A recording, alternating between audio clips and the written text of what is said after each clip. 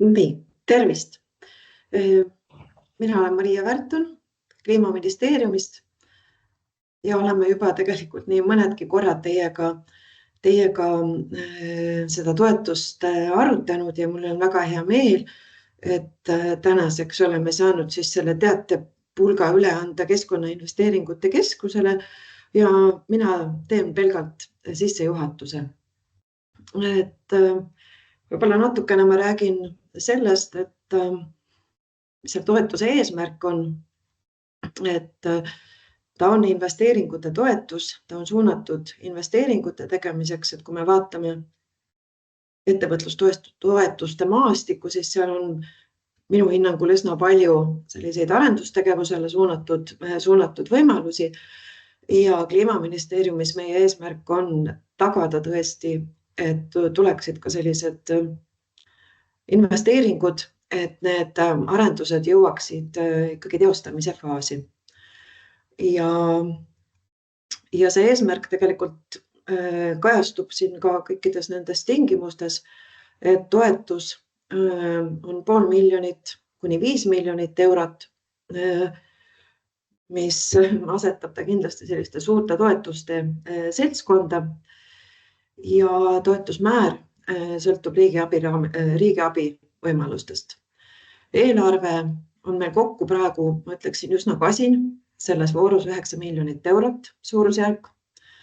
Et igal juhul töötame selle nimel, et sellele tuleks ka järg, et selliseid suuri investeerimisprojekte nendele rohkem hoogu anda. Ja kuna on tegemist selliste mahukate projektidega, siis aega on siin, ütleme, suurusjärk pool aastat, kuivõrd selle ettevalmistamist oleme juba siin pikalt teinud, et siis ma usun, et need, kellel on investeerimismõtted peas, et nad on juba saanud neid rehkendusi oma peas vähemasti hakata tegema.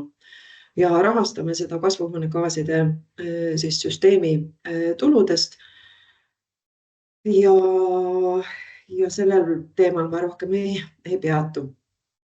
Ja täpsemalt siis ongi selle toetuse eesmärk edendada ja anda hoogu siis investeeringutele, mis kasvuhoonegaaside heidet tooteühiku kohta vähendavad,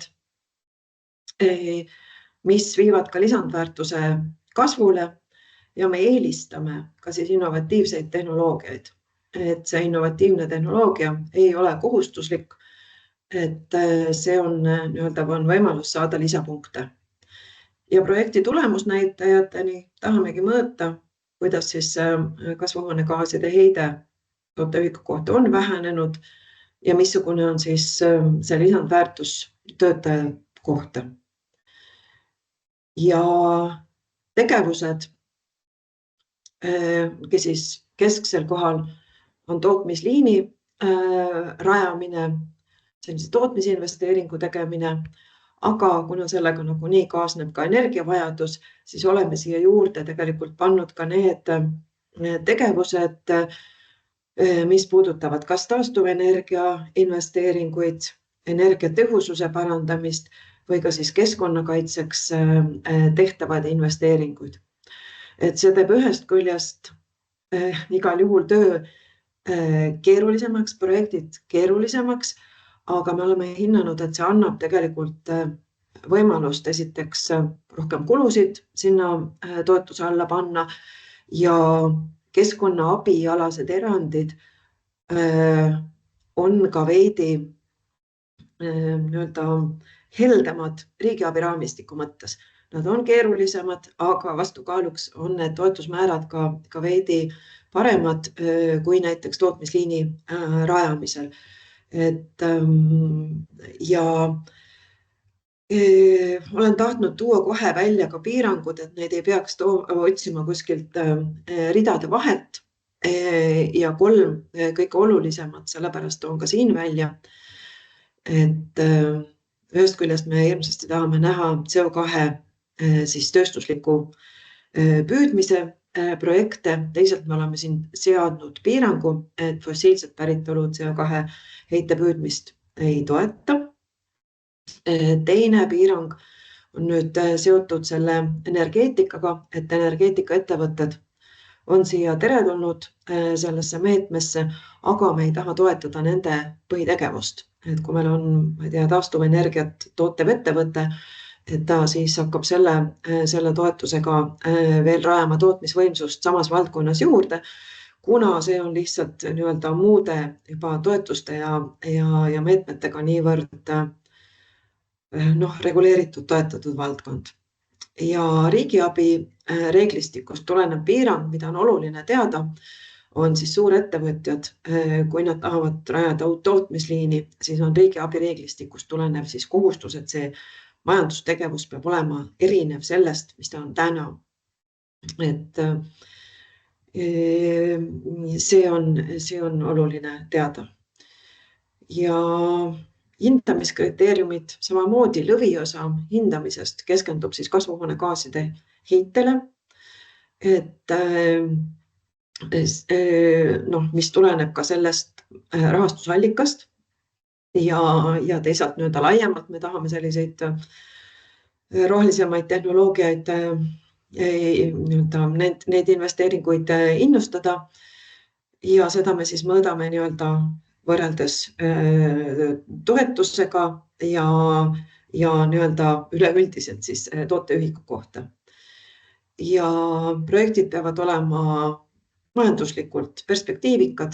Siin on siis kaks nii-öelda asja. Esiteks, et ta peab olema teostatav, see projektiplaan, äriplaan on selgelt nii-öelda loogilised, realistlikud ja ka saavutatav lisandväärtus töötaja kohta peab siis igal juhul ületama Eesti keskmist. Arvata võib, et need on üsna kapitalimahukad investeeringud, mitte niivõrd tööjõumahukad, et ehk see latt ei ole väga kõrge, aga oluline on tõesti näidata, et mismoodi see asi siis teostatav ja äriliselt perspektiivne on. Ja nagu ütlesin, siis projekti innovatiivsuse eest on võimalik saada siis 10 lisapunkti. Ja ma ei taha rohkem aega kulutada, et kindlasti see tänane päev kulub pigem praktiliste küsimuste arutamiseks, et soovin kõigile palju edu. Aitäh minu poolt. Aitäh, Maria.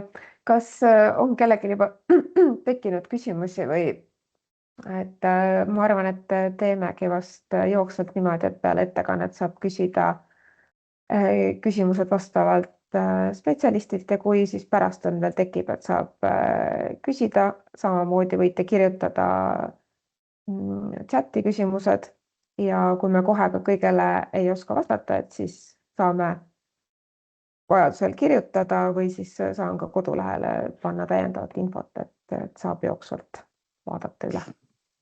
Anari Eisis küsib korra, tere. Tere. Ma lugesin määruse seletuskirja ka, seal oli, et võimaldatakse nii grupierandi määrust kui vähese tähtsusega abi, et mis see maksimaalne määr seal vähese tähtsusega abi puhul võib olla? See on 70%. 70, selge, aitäh.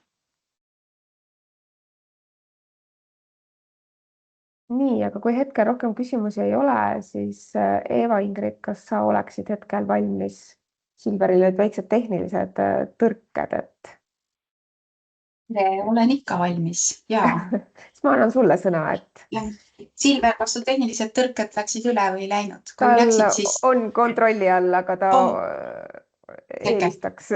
Selge, siis ma alustan.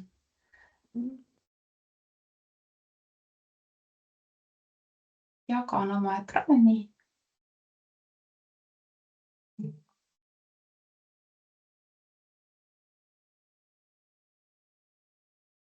Nii, aga nüüd mul on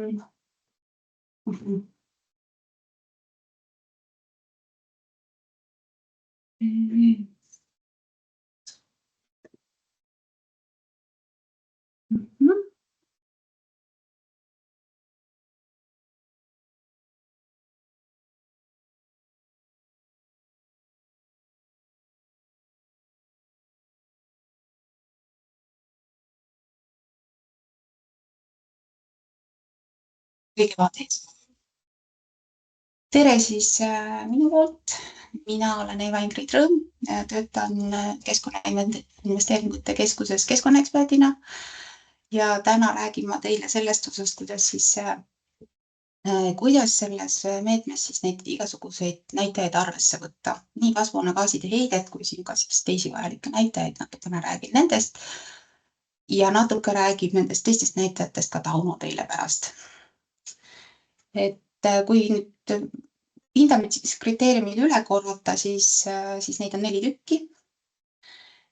Toetuse suurus välditud kasvuhoonegaaside tonni kohta, mis on siis 35% osakaal ja mis peab olema suurem nullist. Kasvuhoonegaaside vähenemine aastase toodangu kohta, mis on jällegi 35%. Ja sellest ma räägin ka pärast täpsemalt, aga põhimõtteliselt käib see siis ikkagi 5 aasta toodangu kohta 5 aasta keskmise alusel arvestatuna. Projekti teostatavus ja lisandväärtus töötaja kohta annab 20% ja peab samamoodi olema suurem kui 0. Need on siis 2 lävendit, need nullid. Ja projekti innovaatilisus võib anda 10 lisaprotsenti. Et kordan üle, et need suurem kui 0 tähendavad seda, et kui kas esimeses või 3. kriteeriumis saadakse 0, siis edasisele hindamisele taotlus enam ei kuulu, sest et ta ei ole ületanud vajalikke lävendeid. Ja täpsemad arvutused on toodud siin, need on siis toodud ka määruse lisas hindamiskriteeriumid, et ma arvan, et need on asjad, mida tasub enne taotluse esitamist kindlasti läbi vaadata, sest nende järgi te ju lõppkokkuvõttes saate punkte. Ja on mõtet enne läbi kalkuleerida, et kas ja mida täpselt teha, et üldse teistega võistlema tulla nii-öelda. Ja põhimõtteliselt siit esimene kriteerium käib siis nii-öelda võrdluse alusel, et kõik taotlused pannakse ritta kõige parema toetuse järgi, kes saab siis 35% ja teised saavad proportsionaalselt vähem võrreldes siis selle parema toetuse summaga. Seega siin mingit absoluutset lage ei ole. Me võrdleme taotlusi omavahel ja kõige paremad saavad kõige rohkem protsente. Heite vähenemisega põhimõtteliselt on sama, et kõige parem taotlus saab kõige rohkem protsente, 35% ja kõik järgmised saavad proportsionaalselt vähem võrreldes siis kõige parema taotlusega. Nüüd siin esimese kriteeriumi puhul on veel olemas siis nii-öelda 0 punkti lävend, mis on siis 600 €. Ehk siis kui teie küsitav toetus 1 tonni heite vältimiseks ületab 600 €, siis taotlus rahastamisele ei kuulu. Et loomulikult saate te seda ise reguleerida vastavalt sellele, et küsite toetust natuke vähem ja omafinantseering on natuke suurem ja sellisel juhul võib jääda see küsitav toetus alla 600 €. Et seda on võimalik ise jälgida oma toetuse puhul.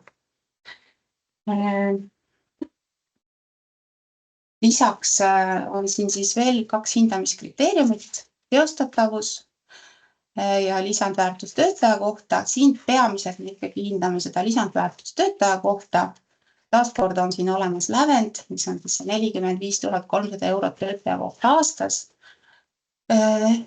Kui lisandväärtus töötaja kohta teie tegevuse puhul tuleb alla selle, siis te saate 0 punkti.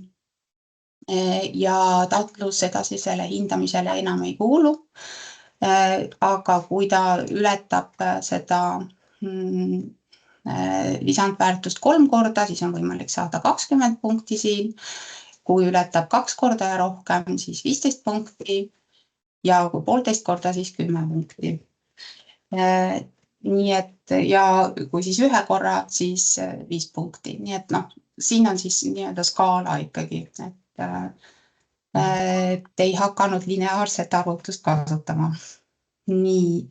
Ja projekti innovaatilisuse eest on siis võimalik saada kuni 10 lisapunkti ja see siis sõltub sellest, kui laialdaselt see tehnoloogia on juba kasutusel.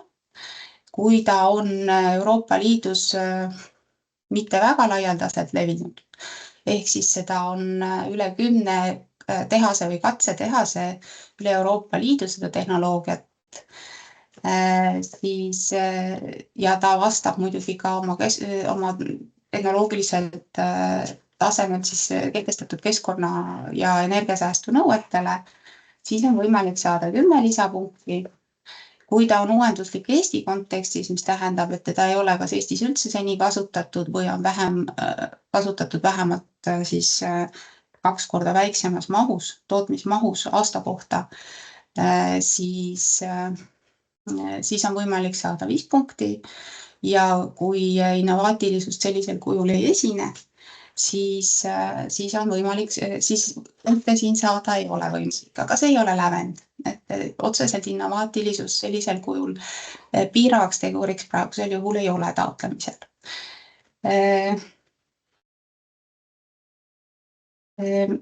Aga mida ma siin tahaks rõhutada, et igal juhul isegi siis, kui tegemist ei ole innovaatilise tehnoloogiaga, siis vastav osa tuleb taotluses ikkagi ära kirjeldada. See, et milline see tehnoloogia on, turuanalüüs ja kõik sellega kaasnev tuleb ikkagi teha.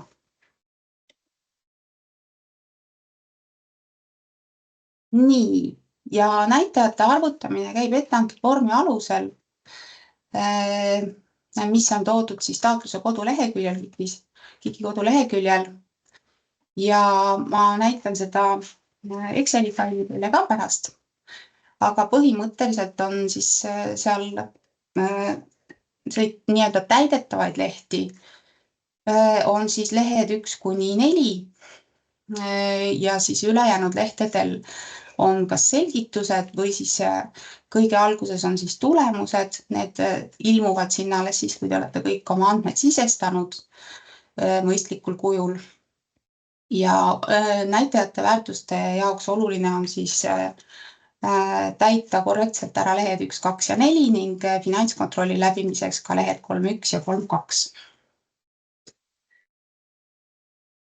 Nii. Ja jah, kui nüüd rääkida nendest konkreetsetest näitajatest, mis seal arvutatakse välja, siis töölehe 2 lõpus arvutatakse välja lisandväärtus töötaja kohta ja lehel 4 arvutatakse välja siis kasvuhoonegaaside heite vähenemisega seotud näitajad. Ja kuigi see tabel näeb välja suure mahukas, siis suure mahukas näebki ta välja sellepärast, et teil oleks võimalikult vähe teha. Teie sisestate sinna oma projektiga seotud andmed, mida teil nagunii on vaja teada, kui suured on need kogused materjale, mida te vajate, kui suur on kogus energiat, mida te vajate, missugust transporti te vajate ja sellega ja ülejäänud arvutused toimuvad automaatselt. Ainus asi, mida te tavaliselt ilmselt ei otsiks välja andmetena, on kasvuhoonegaaside eriheited, mida teil on vaja kasvuhoonegaaside heite arvutamiseks. Et see on nagu täiendav info, mida me vajame selleks, et hinnata seda, et kas tegemist on keskkonnasõbraliku tehnoloogiaga või mitte. Aga ma arvan, et ülejäänud tegelikult ei ole keeruline. Nii. Ja rõhutan üle seda, et taotleja poolt sisestatavad andmed selles arvutusfailis peavad samamoodi olema läbipaistvad ja otseviiteid kasutades, kui see on võimalik, et vältida sellest topeltsisestamisest tekkivaid vigu ja et ei oleks andmeid vaja mitu korda sisestada, kui te neid muudate mingil põhjusel, et ühele töölehele sisestate oma sisendandmed ära, tööleht 2 ja siis enamus andmeid siis ülejäänud lehtedel ilmub sinna ise automaatselt ja arvutused täituvad automaatselt.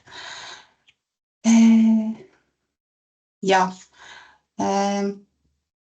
ma arvan, et ma praegu panengi jagama juba selle faili.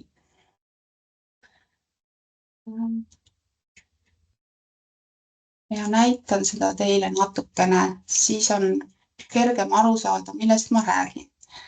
Et töölehele tulemused ilmuvad siis reaalsed näitajad arvutatuna, kui te olete kõik arvutused, kõik oma andmed sisestanud ja lävendid, kui te olete kõik oma andmed sisestanud. Et arvutused on siin näha üleval, mis on tehtud selleks, et neid saada. esimesel lehel on toodud selgitused ehk siis 0 lehel. Järgmisele lehele tuleb siis kirjeldada oma taotluses tehtava tegevuse etapid koos ajakavaliselt nende tegevuste läbimise ajaga ja lisaks siis toetussumma ja omafinantseeringu osakaalud. Ja need lehed ei ole lukus, ma ütleksin ka ära, sest et te peate siin ilmselt ridu juurde panema või ära võtta, ma ei soovita, lihtsalt jätke tühjaks, kui teil midagi ei ole vaja. Aga selleks, et te saaksite ridu lisada, me ei ole midagi lukku pannud. Ja sellega seoses ma palungi, et ärge kustutage midagi ära, vaid kui vaja, siis ainult lisage ja soovitavalt siis tabeli keskossa, kui teil on vaja kuskile midagi lisada, mitte lõppu või algusesse, et sellisel juhul arvutlustes olevad igasugused arvutuskäigud, mis siin teha saab, säilitavad ennast ja neid saab kasutada siis sama arvutuse tegemiseks endiselt edasi. Aga kui midagi ka läheb siin natukene bussi, siis ärge muretsege, me saadame selle teile korrigeerimiseks tagasi. Et sellepärast mingit taotlust vastu võtmata ei jäta. Nii, töölehel 2 on alguses muidugi selgitus, aga ma räägiksin selle tabeli üldpõhimõtte ära, et tegelikult olulised on siis need elluviimisele järgnevad perioodi aastad. Need siin põhimõtteliselt aastad tulevad automaatselt kõigisse tabelitesse, kui te olete töölehel 1 täitnud, et siin midagi nagu käsitsi muutma ei pea. Ja sisestada siia saab siis elluviimise perioodi kohta saab sisestada nii-öelda prognoosi andmed, et mis võiks olla see tootmismaht ja siia siis samamoodi ühesõnaga, kui teil on mingit eelnevat tootmist ka samal alal, siis siia tuleks panna see eelneva tootmise info. Kui seda ei ole, siis võite alustada täitmist ka tegelikult siit alates siis elluviimisele järgnevast perioodist oma tootmise kohta. Ja oluline on siis välja tuua kõik toodang, ka tasuta ära antav tootmisjääk, ka tekkivad jäätmed kindlasti tuleks ära käsitleda. Ja energia osast siis nii-öelda kulude all tuleb siis välja tuua energia all kõik eraldi energiakandjad, elekter, soojus, transpordikütused ja toormaterjalid, mida te tootmiseks kasutate.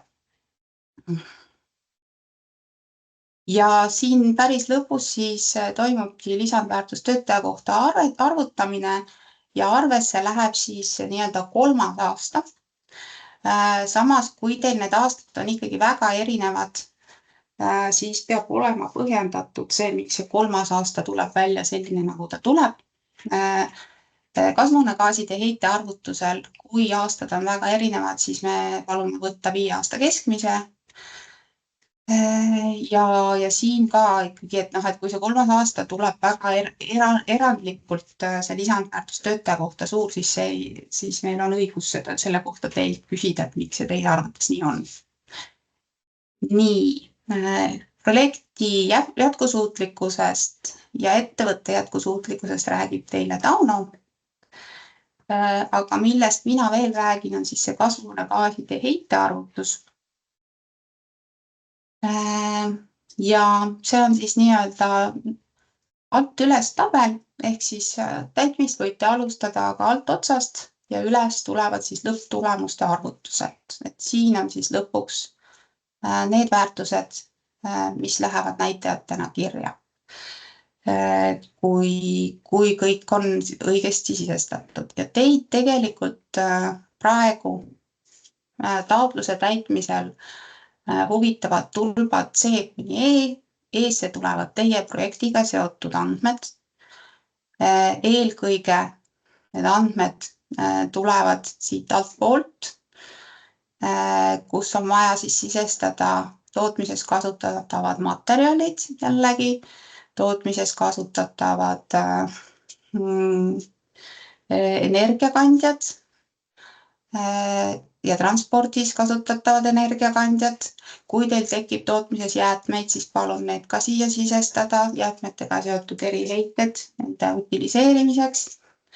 Ja siis siin ja üles tuleb siis toote kasutamisega seotud andmed tema eluea jooksul.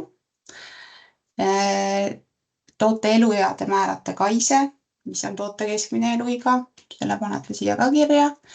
Et kui toote kasutamisega on seotud elektrikulu, on seotud mingisugune täiendavate materjalide kulu, veekulu, siis selle kohta ka arvutate siia, siis ühesõnaga, kui palju sellega seoses tekib kasvuhoonegaaside heidet selle toote kasutamisega ja kui toode jõuab oma eluea lõppu, siis tema utiliseerimisega seotud heide tuleb ka arvesse võtta. Ja nüüd seesama võrdlus, sellesama toote kohta tuleb siis leida võrdlusväärtused, kui on olemas parim võimalik tehnoloogia ja tavapraktika korral. Hinnang antakse teile siis võrdluses tavapraktikaga. Natuke teen selle Exceli suuremaks, siis on vast paremini näha. Ühesõnaga, hinde te saate selle eest, kui palju teie heide väheneb võrreldes tavapraktikaga. Aga mida te peate veel tõendama, on see, et teie, kui on olemas nõuded, siis parima võimaliku tehnoloogia osas antud toodangu või antud tehnoloogia korral, et te seda vähemalt seda nõuet täidaksite, et seda ei pea ületama, aga see peab olema vähemalt võrdne siis seal kehtestatud nõuetega. Ja siin on nüüd nende mõlema võrdlusväärtuse puhul on kaks võimalust, kuidas anda kasvuhoonegaaside heite väärtuseid. Üks on anda siis lihtsalt toodangu kohta tervikuna, sest et paljude toodete kohta on tervikuna tema elutsükli põhine mõju välja arvutatud. Sellisel juhul ongi väga lihtne, et üks väärtus, üks eriheide, keskmine eluiga võrdlustootel ja ongi arvutatud põhimõtteliselt. Aga kui sellist andmestikku ei ole või selliseid väärtusi ei ole kuskilt võtta, siis saab ka komponent haaval teha võrdlusarvutuse siis selle võrdlustehnoloogia kohta soovi korral ja anda selle kaudu siis summeeritud väärtuse. Lihtsalt mida ei tohi teha, on siis korraga kasutada kahte, ehk siis terve toodangu kohta antud eriheidet ja siis veel lisaks komponentidena seda eriheidet, siis sellisel juhul tekib topeltarvestus võrdlusväärtuse kohta. Aga see ongi lühidalt kõik selle kasvuhoonegaaside heitearvutuse kohta, et jah, mida te siia peate teadma, on siis oma materjalidega seotud eriheiteid ja vajadusel ka ümberarvutuskoefitsiente. Paljud neist on olemas abitöölehtedel eriheited ja ümberarvutused ja näide kasvuhoonegaaside heite kohta, mis ei ole sisuline näide, vaid just nimelt näide arvutuste kohta, on toodud töölehel 7. Et seda saate siis selle arvutusloogika nii-öelda jälgimiseks kasutada soovi korral, et oleks lihtsam teha arvutusi. Ja kui teil on selles osas küsimusi ja raskusi, siis alati saate pöörduda KIK-i ja me aitame teid nende arvutuste tegemisel. Vaatan, kas siin ettekandes jäi veel midagi, mida teile selgitada juurde. Põhimõtteliselt on siin seesama jutt ära räägitud töölehtede kaupa, mida kust saab. Ja jah, juurde võib veel öelda seda, et kui siin selles KIK-i ette antud failis ei ole eriheiteid või mingisuguseid andmeid, mida teil on vaja kasutada, siis loomulikult saate te need kätte kas avalikest või tasulistest andmebaasidest, aga sellisel juhul me palumegi siis neid viidata ja võimalikult tõenduspõhiselt, et kui vaja, siis saate teha kas või fotokoopia sellest lehest, kust see eriheide pärit on. Me seda kuskil ei avalikusta, seega see ei ole keelatud tegevus. Ja see ongi minu poolt praegu kõik. Tänan teid kuulamast ja kui on, siis hea meelega vastan ka küsimustele.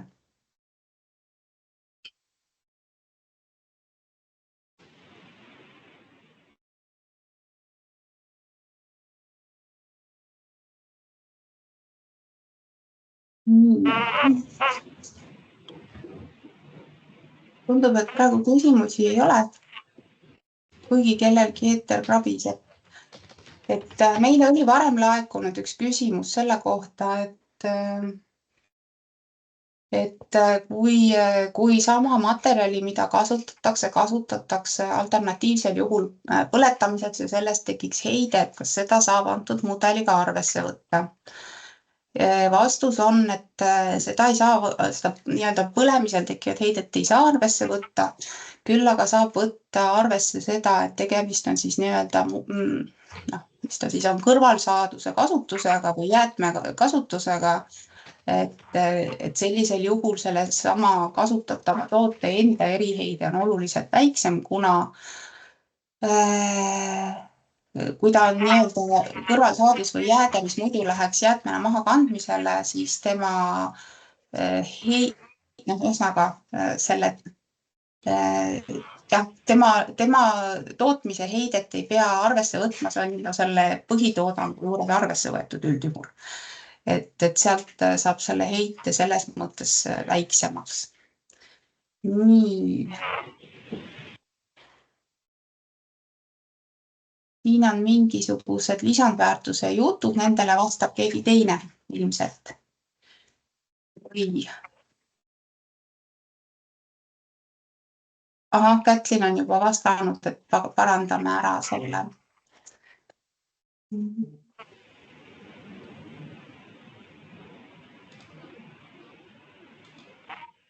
Ja vaatasin, mingi küsimus on siin vist veel. Oli küsitud, et kas tootekatsetusi saab arvesse võtta toetusena. Sellele muidugi oskavad juristid ka vist paremini vastata, aga põhimõtteliselt tootekatsetusi saab arvesse võtta ainult nii palju, kui see läheb nii-öelda tootmisliini algse rajamise töökontrolli alla. Et rohkem ilmselt ei saa arvesse võtta. Nii, aga kellele on sinul on küsimus? Jaa, tere. Ann Laher ettevõttest Napcapitalist. Et natukene, et küll meie spetsiifiline küsimus võib olla, aga et aru saada sellest, et meie, eks ole, põhimõtteliselt väärindame CO2 tööstusest, eks ole, et olgu ta biogaasi tootmisest või muu variant, et lihtsalt saada aru korra sellest, et kogu selles arvutusloogikas meil on lihtne, eks ole, tuua välja seda, et palju me nii-öelda CO2 seome, eks ole, ja saame siis oma süsiniktooteid, aga selle võrdlusena meil ei ole ju tänast seda, et meil on suured heited ja siis me vähendame neid. Kas võrdlusena võib olla siis alternatiivne samasuguse süsiniku tootmise tehnoloogia, mida meie ei rakenda? Või kuidas läheneda sellele? Põhimõtteliselt, kui te toodate nüüd mingisugust, ütleme siis sellest CO2-st midagi edasi, ma saan aru, siis võrdlusena te saate kasutada seda, kuidas täna, ühesõnaga taastumatutest allikatest toodetakse analoogset toodet. Ja kui selle parima võimaliku tehnoloogia osas me praegu ei oska öelda, kas selles osas on mingisuguseid nõudeid teile või mitte, et selle peate ise välja uurima, et kui neid on, te peate näitama ära selle, et teie tehnoloogia puhul see, mis ta siis on, energiasäästu nõuded ja kasvuhoonegaaside heite vähenemine on vähemalt sama hea, kui siis nii-öelda seal parim võimalik alternatiiv. Just, ja see on kõik. Ja ühesõnaga oluline on just näidata ära selle hindamise mõttes see, et kui palju te vähendate siis seda heidet võrreldes taastumatuid kütuseid kasutava tavalise tehnoloogiaga. Praegusel hetkel laialt levinud tavalise tehnoloogia. Või taastumatuid allikaid, ütleme siis nii, ressursiallikaid, et tegelikult kütus on selles vale väide, aga ikkagi naftast enamasti meil tehakse neid süsinikupõhiseid kemikaale praegusel hetkel, et see No siin on selles mõttes alternatiiv ilmselt oleks siis jah, nafta, maagaas, põlevkivi, sellised asjad. jah, meil on veel ka üldse naturaalne grafiit näiteks ja nii edasi, et eks me peame mõtlema, et kui sinna tohib, okei, aga no siis on selge vähemalt see, et jah, Te saate võrdlus ei seda pea tõesti olema. ise valida, lihtsalt te peate selle ära põhjendama, tooma viited välja, et mis see tehnoloogia on ja meie eksperdid siis kontrollivad hindamise käigus, et kas see, mis te meile väidate, on tõene ja kõiki neid allikaid, mis te seal välja toote. Okei, jah, selge, aitäh. Nii, kas on veel küsimusi?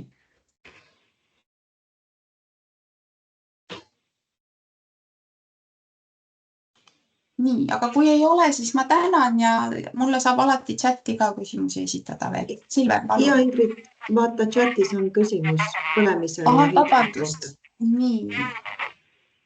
Siin on, kuidas raporteeritakse kasvuhoonegaaside heite vähendamist. Põhimõtteliselt see arvutusmetoodika, mis ma kirjeldasin, seda teebki selles mõttes, et kui te toote välja oma tehnoloogia kasvuhoonegaaside heite ja võrdluseks kasutatava tavatehnoloogia kasvuhoonegaaside heite, siis nende kahe vahest ehk erinevusest arvutataksegi vähenemine välja. Ehk siis see tavatehnoloogia, mille heide üldjuhul on siis suurem,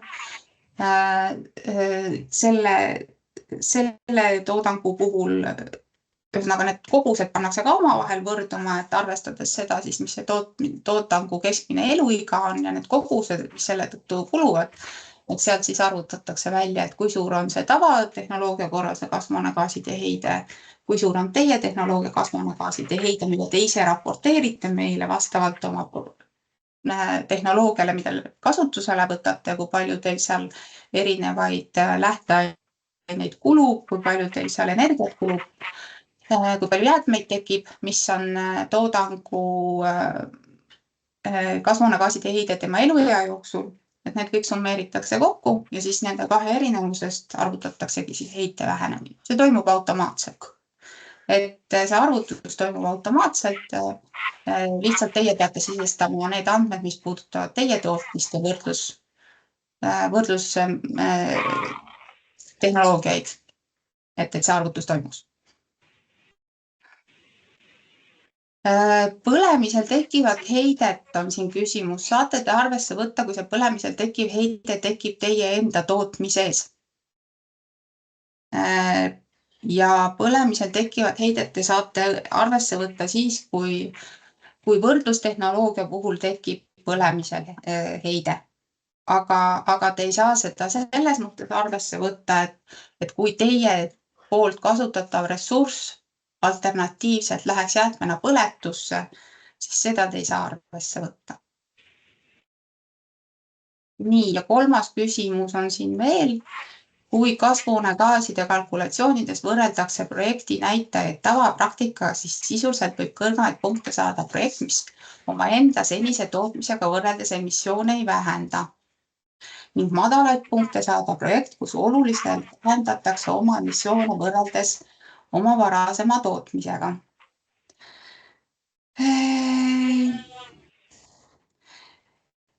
Teoreetiliselt selline võimalus on olemas, aga seda tavapraktikat põhimõtteliselt tuleb ikkagi ju võtta üldisemalt selles mõttes, et see ei ole otseselt teie tootmine, millega te seda võrdlete, vaid üldine turu tavapraktika. Seega turu nii-öelda keskmine seis ja sellega võrreldes siis teie toote praegune hetkeseis. Te ei tee seda oma tootmistehnoloogiaga võrreldes, vaid üldisemalt turu praegu valitseva olukorraga võrreldes. Ja siin on selles mõttes ebavõrdne olukord loomulikult, et teatud tehnoloogiate puhul ongi heide suurem ja teatud tootmiste puhul ongi heide suurem. Ja seda ebaõiglust me muud moodi ära kaotada ei saagi kui sedasi, et me anname toetust nendele tehnoloogiatele eelisjärjekorras, mis suurendavad kasvuhoonegaaside heite vähenemist rohkem. et nii see kahjuks on. Nii.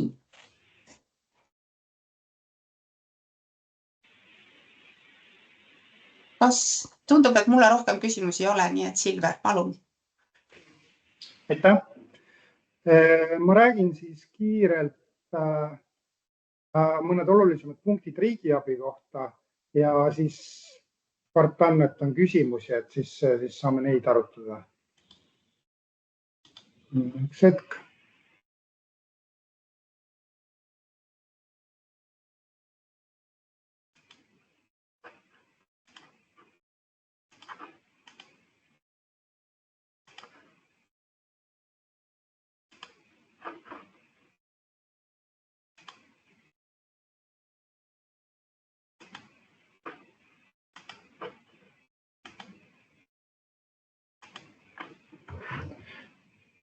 Nii,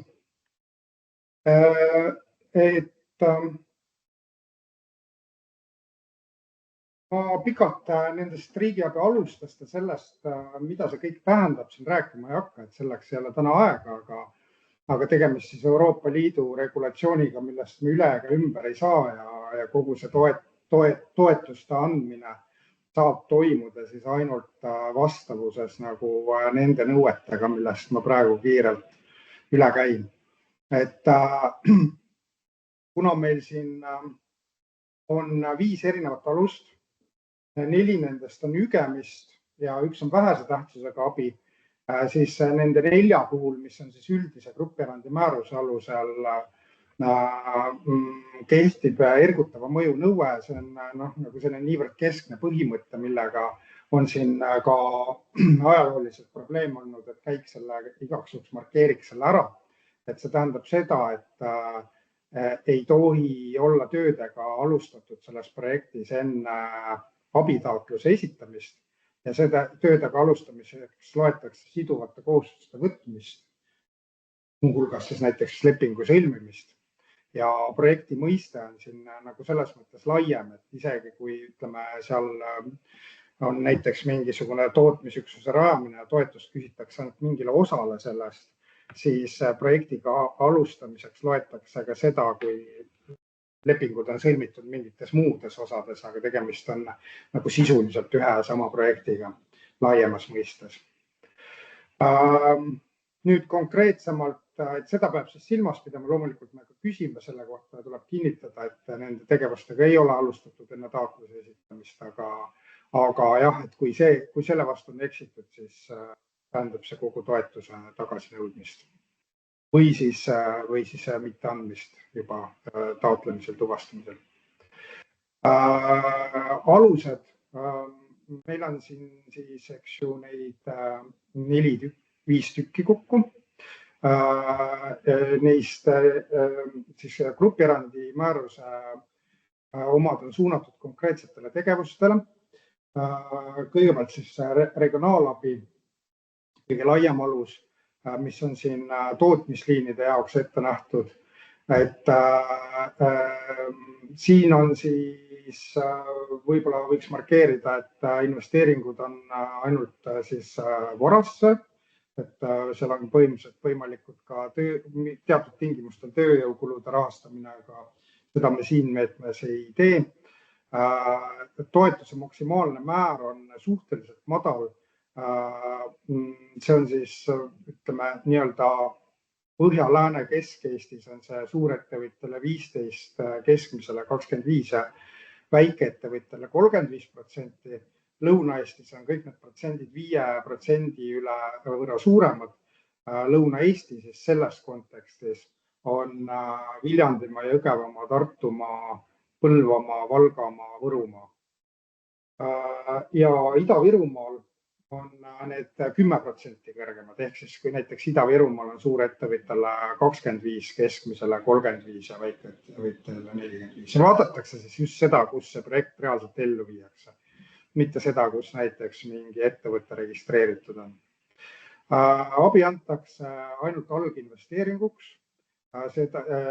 Seda võib siis vaadata ÜGEMi artikkel 2.49, 4 erinevat sellist tegevust, aga võin praktikast öelda, et nagu 1-2 nendest on suhteliselt sellised keerulised või ebarealistlikud. Et reeglina siin me peame tuvastama, et kas on tegemist tootmisvõimekuse suurendamisega. Seejuures ei ole oluline, kui palju ta suureneb, aga peab suurenema selle investeeringu tulemusel. Või siis toodangu mitmekesistamisega ehk siis investeeringu tulemusel tekivad uued tooted. Et see on lühidalt regionaalabi, sellised peamised tunnused, eks seal on tingimusi veel. Abi keskkonnakaitseks jällegi tunduvalt paremad protsendid, mida siin näete ja mis on ka tatis kirjas. Aga siin on nüüd abikõlblikud ainult nii-öelda täiendavad investeeringukulud tuleb võrrelda lahendusega, mis ei oleks keskkonnakaitsesse panustanud.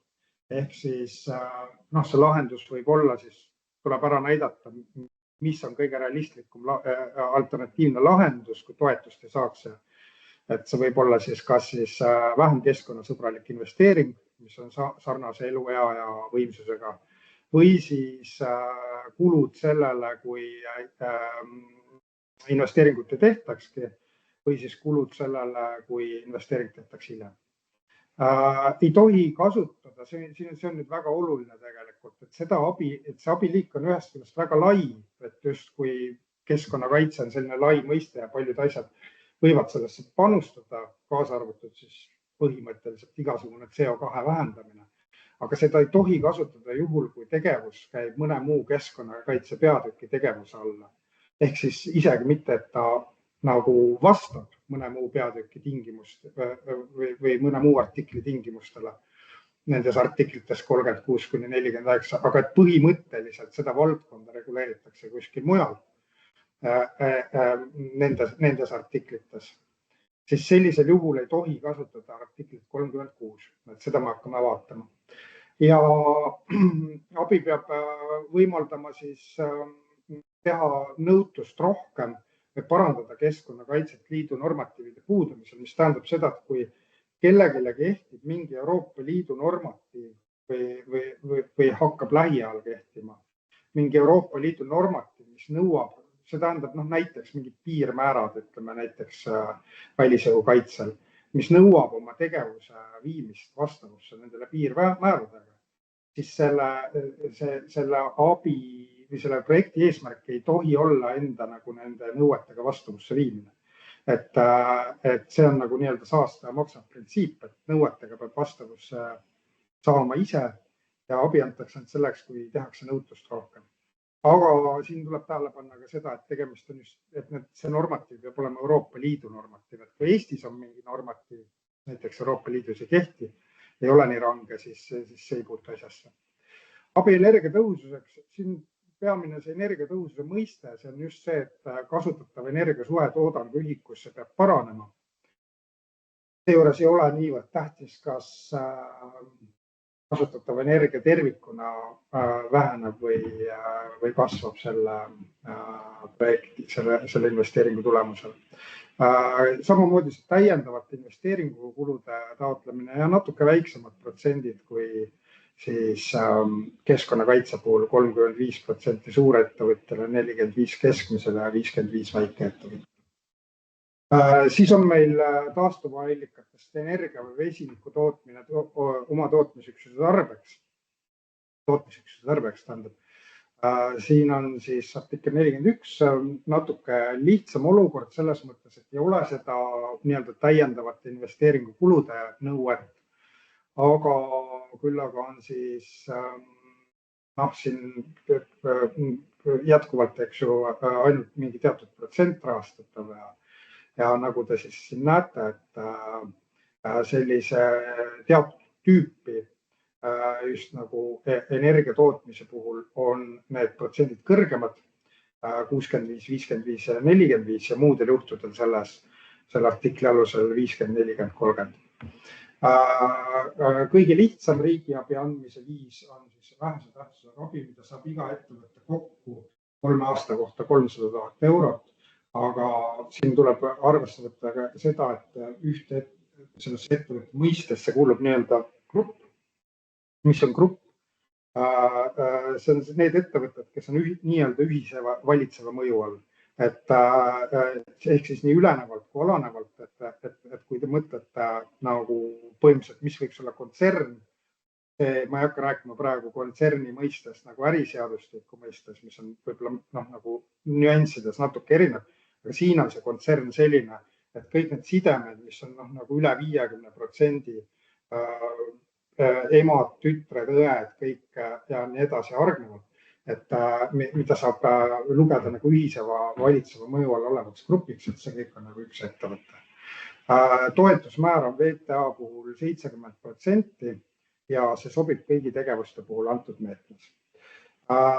Siin te näete veel seda, kuidas me eristame väikest, keskmist ja suurt ettevõtet. Siin on piirmäärad. Siin on omaette süsteem selle kohta ka, siin tuleb ka nii-öelda gruppi arvestada. Aga siin on nagu erisusi selle VTA grupiga, millest ma rääkisin, siin tuleb võtta arvesse ka teatud määral ka partnerettevõtteid, kes on seotud nagu selliste 25–50% osalussidemetega. Ja eks siin neid nüansse veel, et sellepärast soovitan just seda riigiabi teadlikku ja meie saame ka alati nõustada. Jah, et minu poolt praegu kõik, et kas on küsimusi?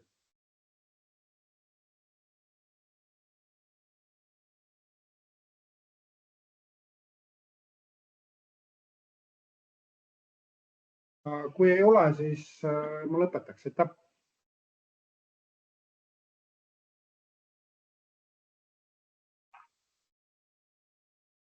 Siin oli vahepeal küsimus, oli... On küsimusi? Jaa, et kas teenuste sisseostmine, ehituslik projekteerimine, mõõdistused, lõpptoote registreering võiksid olla antud juhul abikõlblikud. Aga see pole nüüd riigiabi küsimus. Jah, see ei ole riigiabi küsimus, ma vastasin siia ka, et need kulud antud meetmes ei ole üldiselt abikõlblikud. Okei. Ma vastan siis ühe riigiabi küsimuse kiirelt ära. Et küsimus on siis selles, et kas VTA puhul kehtib valitseja mõiste vaid ettevõttele või ka füüsilistele isikutele. Ja selles mõttes nagu kehtib ka füüsilistele isikutele ikkagi jah, et need sidemed, mis on läbi füüsilisi isiku, need kehtivad ka.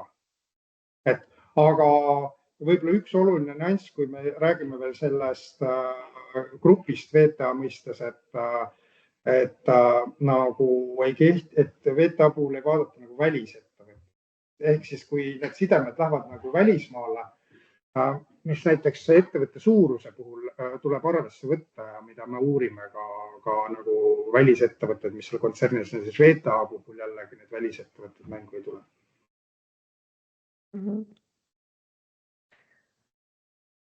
Nii, siis on meil siin küsimus, kui projekt sobitub oma olemuselt võtmetegevuse alla, siis kuidas otsustatakse, millise määruse punkti järgi juhinduda, kas võib kombineerida eri tegevusi ja sellest tulenevalt ka erinevaid riigiabi liike?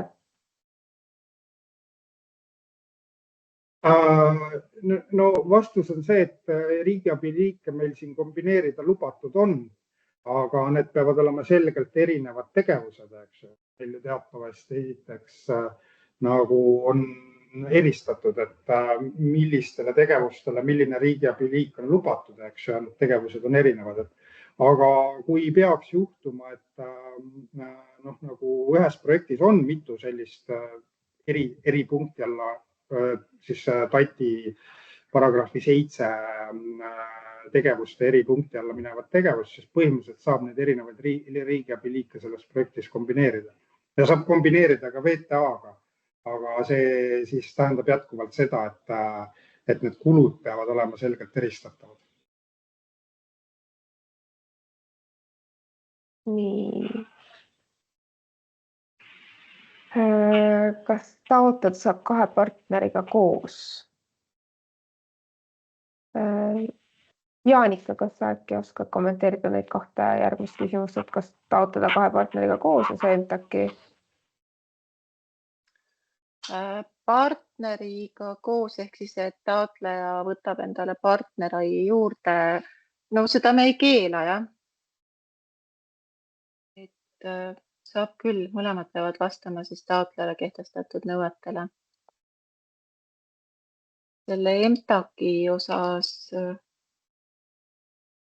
Vabandust, segan korra selle Elvise küsimusega, et lihtsalt saada aru sellest partnerite temaatikast niimoodi, et kas, et siis nagu mõlemal peaks eraldiseisvalt olema siis heidete vähenemine, eks ole? jah, mõlemad peavad ikkagi panustama väljund näitajatesse. Okei. Jah, selge.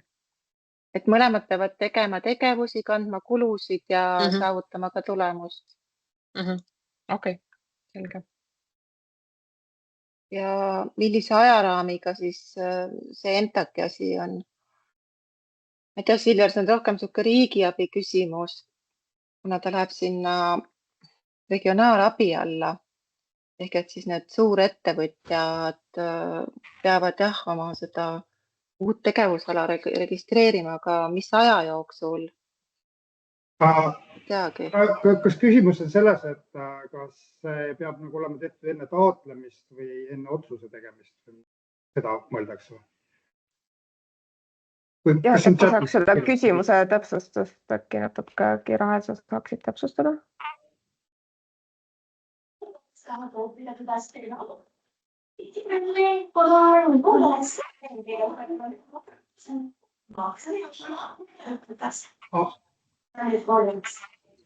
Kellelgi on mikrofon lahti vist. Aga ja, et ei, mõte on siis selles jah, et nagu see toodang ei pea olema tekkinud selleks hetkeks, kui eks ju me riigiabi anname, eks ju, et me annamegi riigiabi selleks, et nagu alles hakata seda tootmisvõimekust tekitama, eks. Aga MTAK peab olema ikkagi muudetud või muutunud selles mõttes enne, kui me otsuse teeme. Ja okei, MTAK muutmine on oluline, aga see ei ole ju ainuke asi, mida me seal vaatame, et me vaatame, et kogu see projekt nagu ka loogiliselt nagu sobitub selle MTAK-i muudatusega, eks ju, et siin tõesti tegelikult ongi tegemist selles mõttes nagu uue majandustegevuse. Et seda me kõike kontrollime taotlemise ajal ja isegi kui need asjad ei ole korras veel sel hetkel, kui esialgne taotlus esitatakse, siis otsuse tegemise ajaks nad peavad korras olema.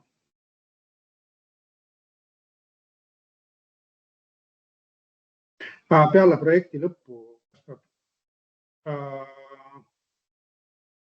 selles mõttes, et nagu me anname, see on nagu selles mõttes seal nagu ühest vastust on nagu kohe raske anda, aga kui ma pean midagi valima, siis selles mõttes ma ütleks, et loogiline oleks, eks ju. Et kindlasti see meie hakkame nagu uurima, mis toimub, kui seda MTAK-i koodi seal enam ei ole, eks ju. Et ei ole küll otsest sellist nõuet, et see kood peab olema, aga nõue seisneb selles, et kui sa saad riigi abi ja sa pead pärast seda sihipäraselt seda kasutama, eks ju, mis on regionaalabi puhul juba sellest samast grupierandi määrusest tulenev nõue, siis põhimõtteliselt sa pead seda uut majandustegevust ka tegema. Ja kui sa oled selle, ja kui see MTAK-i kood, MTAK-i nii-öelda registreering läheb kokku selle tegeliku tegevusega, milleks sa raha said, mida me ju oleme siis sellisel juhul kontrollinud ja kokku ta läheb, eks ju. Ja siis hiljem nagu kaob see registreering ära, siis meie jaoks tekib küsimus, et mis selle tegevusega juhtub.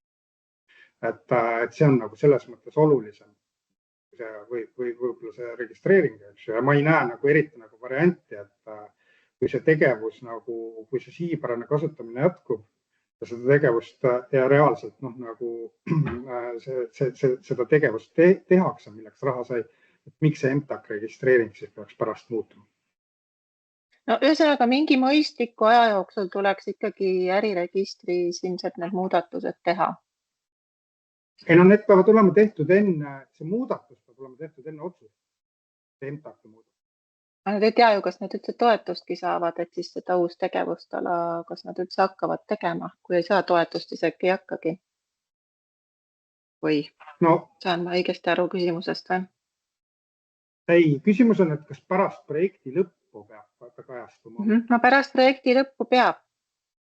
Noh, ma ütlen, et otseselt nagu ei pea, aga tegelikult ilmselt peab, sellepärast, et meil on põhjustajaks ju, mis saaks juhtuda.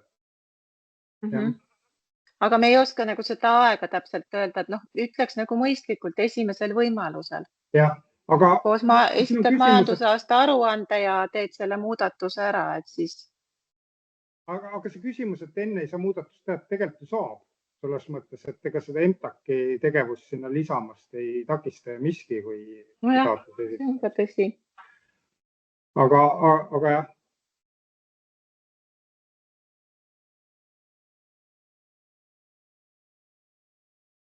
Siin oli vahepeal selle ehitustööde osas ka täpsustus, et mõeldud on seda, et ehitustööd ei sisaldu, tähendab, ei ole toetatavad, kui näiteks ongi tellitud mingi liin, et siis selle liini, et hoonet sellele liinile, kas mind on kuulda, mul hangus ära.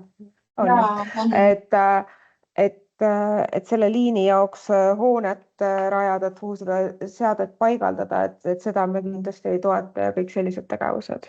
Ja infrastruktuur lisaks, mis täiendavalt on vaja rajada ja kõik muu selline.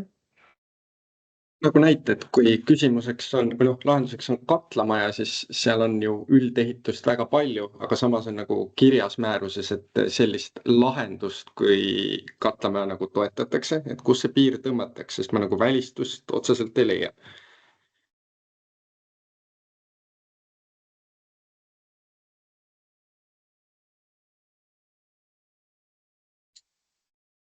No seda vastust tuleks ikkagi otsida, ütleme, sellest toetatava tegevuse ja kulude abikõlblikkuse paragrahvidest ja koos seletuskirjaga ja see mõte on ikkagi vara soetamine. Et jah, vara soetamiseks ehitustegevust see määrus ei pea. Ikkagi, et ütleme, kui läheme riigihanke konteksti, siis on ikkagi asjade ja teenuste leping, aga mitte ehitustööde leping, see, mida me rahastame.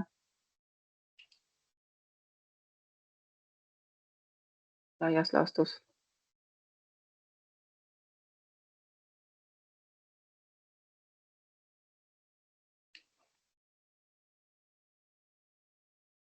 Ma kopeerin siia chati, kuidas see seletuskiri ütleb, võib-olla see võtab kõige selgemalt kokku. Lihtsalt tõlgendaks nii, et kui võetakse kasutusele lahendus keskkonna kaitseks, siis see lahenduse kasutusele võtmine ei tohi hõlmata ehitustöid. Jah, määruse kohaselt on küll nii, et ei tohi hõlmata ehitustöid, jah. Kui see lahenduse aga paigaldustöid tohib hõlmata. Katlamajast räägime siis see ehitus ja paigaldus, et see piir on selline, mida on üsna raske defineerida, et seadmed tarnitakse siiski, aga selleks, et see töötaks, on paigaldus-ehitus ka selline. Jah, me ise siis peame kuidagi selle piiri tõmbame sinna paigalduse ja ehituse vahele. Et hoone ehitus ikkagi ei lähe ja seadme paigaldus sinna sisse ja ka hoonesse sisse tulebki, et teatud määrad siis läheb, et kuidagi me peame selle piiri tõmbama. Jah, teatud juhul võib hoonega paigaldatav olla, jah, kuni te ehitusteatis, ehitusluba selleks ei vaja, jah.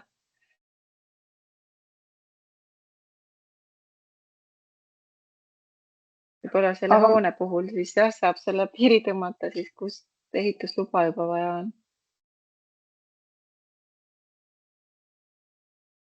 Eks siin ilmselt tulebki siis vaadata konkreetselt tegevuse puhul, et millised tegevusega see planeeritav tegevus kooskõlas on, millise artikli alt ta läheb ja mis need konkreetsed tegevused siis on, et siis saame juba täpsemalt sellele peale vaadata. Et kuidas ta nagu selle üldiselt kontekstis üldse läheb kokku selle nende riigiabi reeglite mõttega?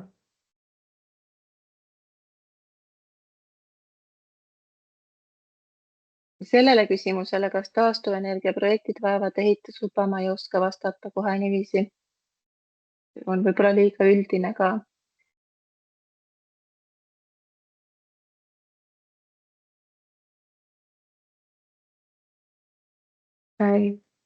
Aga saame veel siin mõtteid koguda ja siis ma usun, et jääb pärast ka veel võib-olla aega küsimusteks, aga praegu ma siis annan sõna Tauno Tanile, räägib natuke finantsanalüüsi.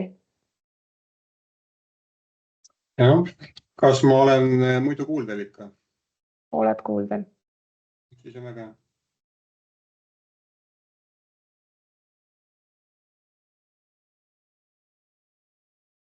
Nii, kas tuli slaidiprogramm ette?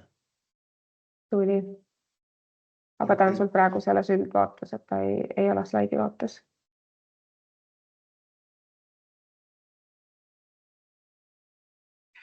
Nüüd vist on okei või? Ja nüüd hästi.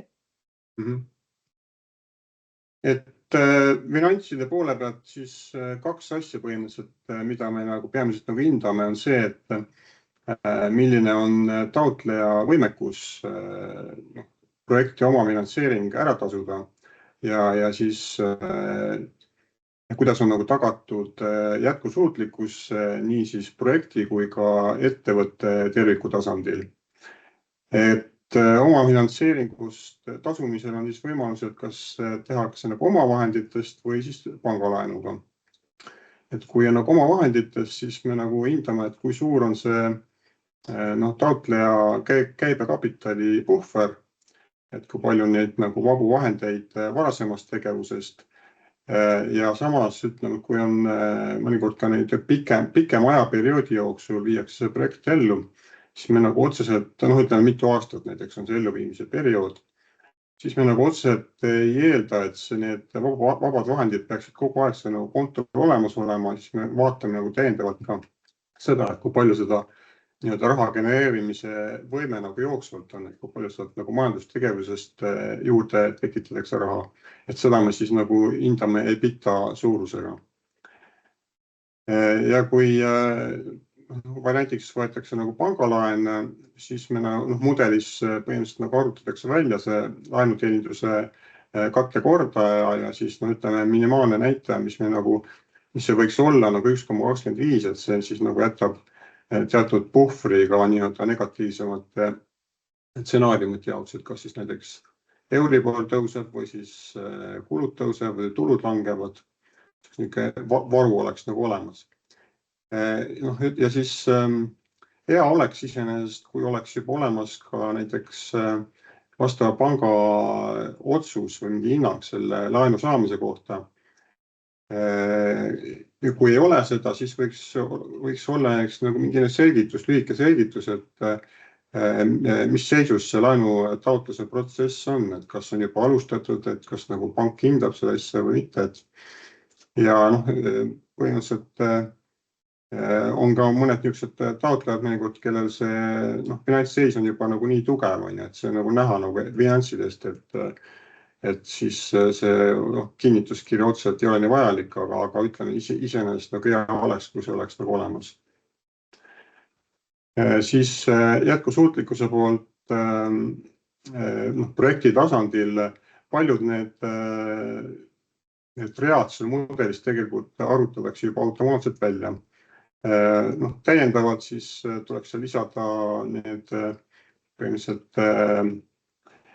laenuga seotud intressimaksed ja siis need põhiosa tagasimaksed. Ja paljud need tabelid siin tegelikult Eva Ingrid juba selgitas ära ka, et see tabel ühes seal tuleks nagu täita siis näidata ära see projekti ja rahastuskava, et milline see on nagu erinevate rahastusallikate lõikes ja samuti nagu aastate lõikes, et omafinantseering ja toetus, siis omafinantseering jaguneb omakorda oma vahenditeks ja laenuks. tegevustulude kulud ja seal Eva Ingrid nagu rääkis jah, need koguste ja ühikhindade teemad, et seal ka tegelikult päris palju neid ridu on juba nagu eeltäidetud. Ja siis no see finantsilise jätkusuutlikkuse poolelt on nagu see, mis me nagu hindame, on see, et me vaatame nagu selle kumulatiivset rahavoogu, et see peaks olema nagu igal aastal peaks olema vähemalt nagu 0, ei tohiks olla negatiivne. Muidu nagu tekib nagu küsimus, et rahaline puudujääk, et mille arvelt see siis ikkagi nagu kaetakse. Ja põhimõtteliselt see nagu ettevõtte tasandil, kui seda hakata nagu täitma, siis alustada sellest, et nagu varasemad aastad nagu ära täita, et kui need varasemad aastad on olemas, et need näitajad siis peaksid nagu kattuma ka selle ettevõtte majandusaasta aruannete nende numbritega. Ja siis nagu nendele tuleks siis nagu lisada need projekti elluviimise periood ja pluss siis nagu sellele järgnev 10-aastane periood. Ja siis see nagu paljud read on nagu täidetud, aga just eelkõige need projektiga seotud read on täidetud, aga siis täiendavalt saab sinna nagu lisada nii-öelda projektivälised, et näiteks projektivälised investeeringud, projektivälised laenud ja nendega seotud tagasimaksed intressid. Ja siis seal põhimõtteliselt kumulatiivse rahavool on üks nagu andmelahter seal põhimõtteliselt,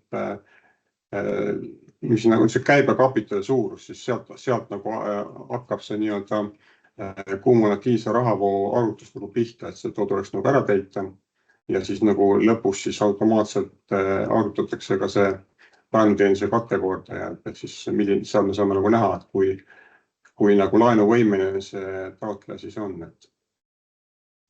Ja see nagu lühidalt olekski minu poolt kõik, et kui tekib nagu mingeid küsimusi, et siin nii-öelda esitluse ajal võib-olla kõiki mõtteid ei teki nii ruttu, et siis alati võib nagu hiljem selle taotluse protsessi käigus ka meile esitada. Nii, aga chatis on mõned küsimused praegu tekkinud. Vaatan. Vaata, et kui projekti tasuvus on kulude vähendamine ehk kasumiaruande seisukohalt tulusid projektil ei olegi olemas, siis kas projekt on sel juhul rahastatav?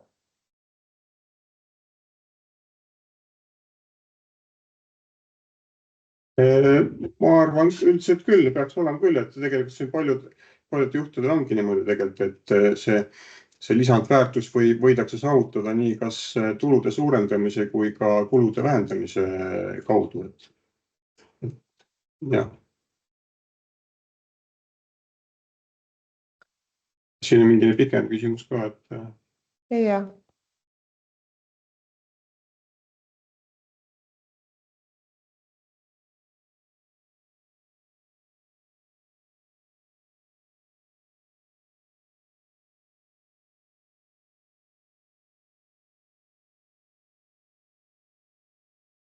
Põhimõtteliselt jah, et kui seda laenuotsust nagu kohe ei ole, see tihti ongi niimoodi, et nagu need pangad ei anna seda otsust nagu nii ruttu, et siis me võime nagu saame teha selle taotluse rahastamise otsuse saame teha nagu tingimusliku, et põhimõtteliselt selle hetkel, kui see enne seda, kui me selle nagu toetust välja hakkame maksma, et siis nagu selleks hetkeks võiks olla see siis ka see pangapoolne rahastus olemas, et kui ei ole nagu veel selle nagu hindamise ajal seda ei ole olemas.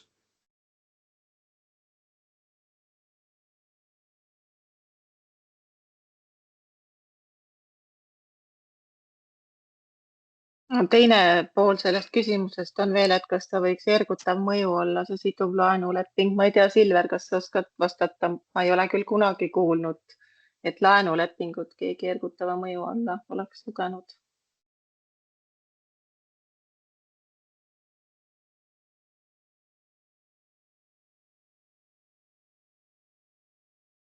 No kui sellest laenulepingust ikka taganeda saab, siis ilmselt ei ole, sest seda põhilepingut ei tohi sõlmitud olla.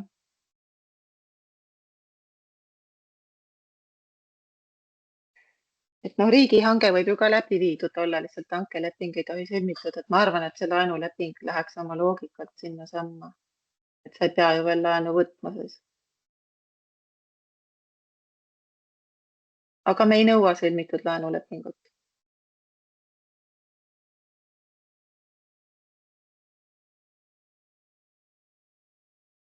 Aga kui on sõlmitud laenuleping osaliselt nii-öelda samasuguse tootmisliini rajamiseks, siis see juba takistab toetuse taotlemist.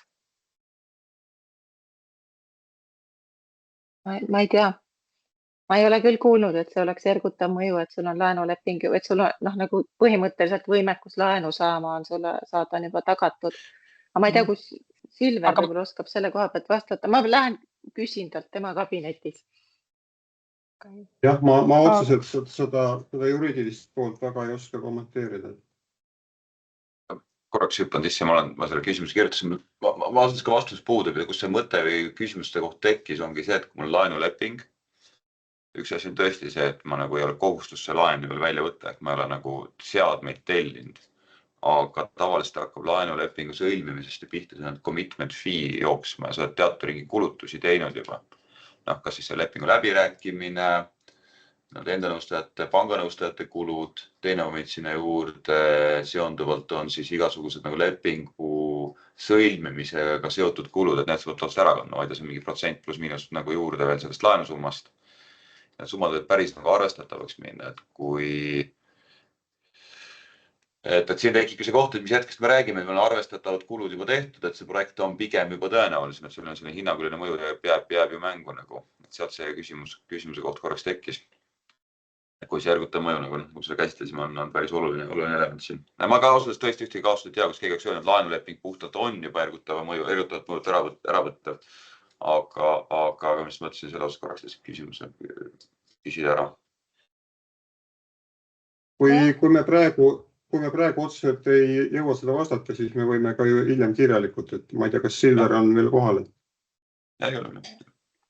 Oli kuhugi ära kadunud. Aga jah, ma ühesõnaga räägin talle selle mure ja kui sellega mingi mure on, siis saab eraldi selles vastata. Ma olen olemas nüüd. Kuule, küsimus on selles, et kas kui laenuleping on sõlmitud, kas see võib kuidagi ergutava mõju nõude täitmist riivata? Ja laenulepingus on põhimõtteliselt see nii-öelda siis sihtotstarve kirjada.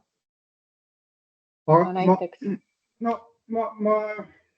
nagu päris ühest vastust ei olnud anda, aga ma ütleks, et pigem ei ole.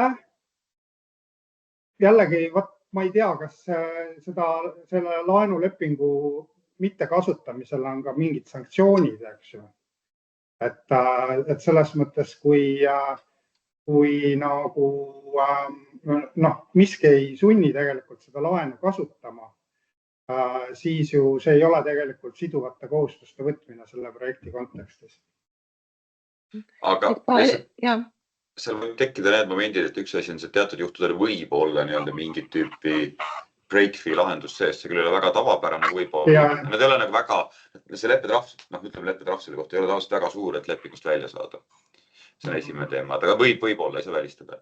Teine moment on see, et seal võib olla sees commitment fee tüüpi lahendused, ma maksan jooksvalt mingit protsenti sellest laenulimiidist seni, kuni ma ta kasutusele võtan. Selleks, et pank oleks valmis seda raha valmis hoidma. Et seda tüüpi lahendusi võib olla. Ja lõpuks, mis igal juhul kindlasti on see teema, et laenulepingu sõlmimisega kaasnevad teatud kulud. Lepingu enda sõlmimistasu, mis on igal juhul ka mingi protsent pluss miinus sellest laenulimiidist. Ja laenulepingu enda ettevalmistamise kulud. Ehk et seda teatud tüüpi kulusid juba kannad jooksvad selle protsessi ettevalmistamisel. Et siit kas äkki võib tekkida see ma pigem arvan ka, et ei ole nagu, aga lihtsalt kui see teema üles tuli, siis mõtlesin korraks tõstan küsimuse üles. Need ettevalmistavad kulud äkki lähevad selle erandi alla, mis puudutab neid ettevalmistavaid kulusid nagu projektid ja planeeringud, eks ju. Aga noh, ma ei ole päris kindel, et seda tervikuna seda küsimust ilmselt peaks uurima, kui see lauale tuleb ja igaks juhuks.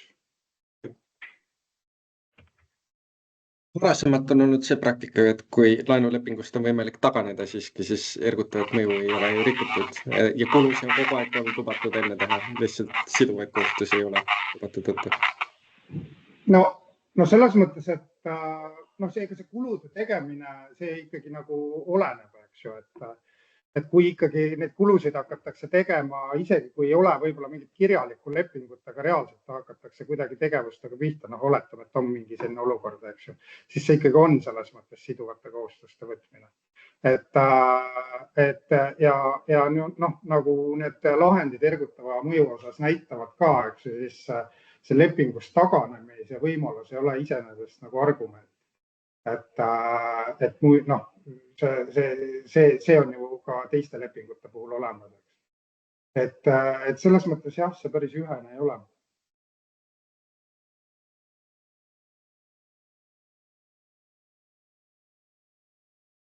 Nii, kas on veel küsimusi?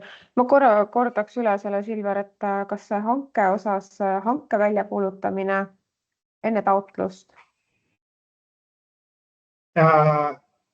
No selles mõttes see ei ole ju siduvate kohustuste võtmine. Jah, et hange võib välja kuulutada, lepingut ei tohi sõlmida, nagu Jaanika ütles. Just. Nii, aga siis ma lõpetuseks räägin veel natukene taotlemisest ja taotlustest, et kui on veel tekib küsimusi, siis võib jooksvalt siia küsimused saata. Nii, panen.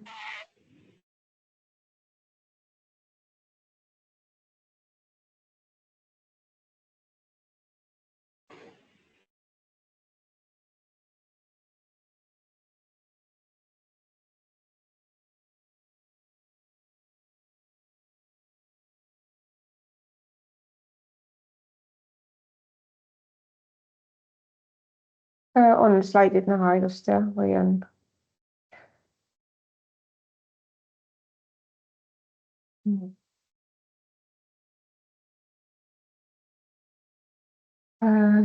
Räägin siis nõuded taotlejale taotlusele, et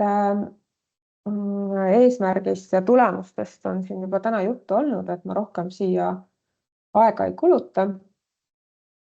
Et eelistame innovatiivseid tehnoloogiaid, kohustust ei ole innovatsiooniks, aga annab lihtsalt rohkem punkte.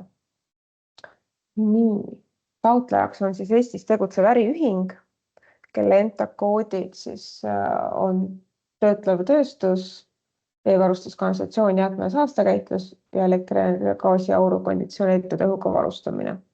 Aga siin on siis erand, mis ütleb, et elektri, gaasi ja auru konditsioneeritud õhuga varustamise tegevusalaga ettevõtetele ei saa siis olla tegevus energiatõhuse parandamine, taastuv energiaallikatest ja vesiniku tootmine. Et siuke erisus. Nii, ja siis nagu siin juba ka juttu oli, et ei tohi olla maksuvõlgasi, tegevus peatunud, likvideerimise, kõik see tavapärane, et ettevõte on jätkusuutlik ja toimiv. Nii, toetatavatest tegevustest oli ka juttu, ehk et toetame siis uue tootmisliini rajamist. See tuleb siis ÜGM 14 alt või VTA. Keskkonnakaitse, sealhulgas CO2 heite vähendamine, tehnoloogiat soetame energiatõhuse parandamiseks ja vesiniku tarbeks taastuva energiaallikatest või vesiniku tootmise rajamine. Ja tegevuse tulemusel siis peab vähenema aastane KHG heide ja olema tekkinud lisandväärtustöötaja kohta. Toetust ei anta, nagu Maria ka juba ütles, fossiilset päritolu CO2 heite püüdmiseks,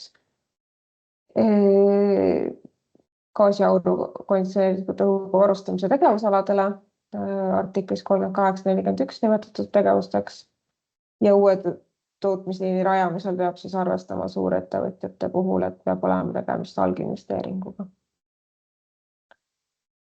Nii, toetus saab taotleda e-toetuse keskkonnas. Link on siin olemas, kodulehel on ka otselink, et siis kui sinna klikite, et siis te ei pea otsima sealt rägastikust, et kus on toetuste nimetusi võib-olla palju. Toetuste vastuvõtmine algas siis 30. mail ja kestab kuni 1. oktoobrini, et aega taotluste vormistamiseks on siis 4 kuud sisuliselt, et saate rahulikult üle vaadata ja siis jooksvalt siin veel uurida, andmeid koguda ja mõelda, kaaluda. Toetussumma minimaalne saab siis olla 500, peab olema siis vähemalt 500 000 ja maksimaalne on siis 5 miljonit eurot projekti kohta. Toetuse suurus on samuti erinev 15–70% sõltuvalt siis abiliigist, ettevõtte suurusest ja projekti tegevuse asukohast. Taotleja, kui esitanud on taotluse ära, me alustame kontrolliga, siis kontrollime taotluse 90 päeva jooksul. Ehk siis 1. oktoobrist algab see tähtpäev, kui on kõik taotlused esitatud ja taotlused peaksid siis olema vormistatud juba ikkagi suhteliselt korrektsed, sest et aega meil puuduste kõrvaldamiseks on 14 päeva, et seal jõuate selliseid, et kui esineb ka mingeid puudused, siis saab need ära kõrvaldada, aga jah, et päris nagu võib-olla, ma ei tea, pikemat aega nõudvateks tegevusteks enam pärast täiendusteks sisulist aega ei ole. Et kui on vaja kuskilt võib-olla mingid dokumente veel saada või tuleks vaadata kindlasti üle. Ja et siis oluline kindlasti, et taotlus oleks allkirjastatud allkirja õigusliku isiku poolt või lisage volitus. Ja nagu ma juba ütlesin, et siis taotluse kontrollime siis 90 päeva jooksul, ehk siis oktoober-jaanuar ilmselt on see periood, kui siis tulevad siis need otsused. Nii, projekti abikõlblikkus algab siis projekti tegevustega ja lõpp, kui need tegevused on tehtud. Ja projekti tegevustega tuleks siis alustada mitte hiljem kui 6 kuud peale taotluse esitamist. See võib olla ka hanke väljakuulutamine ja maksimaalseks keskuseks projektil saame siis võimaldada 36 kuud. Ja projektiga seotud tegevust, nagu siin just ka oli juttu, ei tohi alustada ega võtta kohustusi enne taotluse esitamist KIK-ile.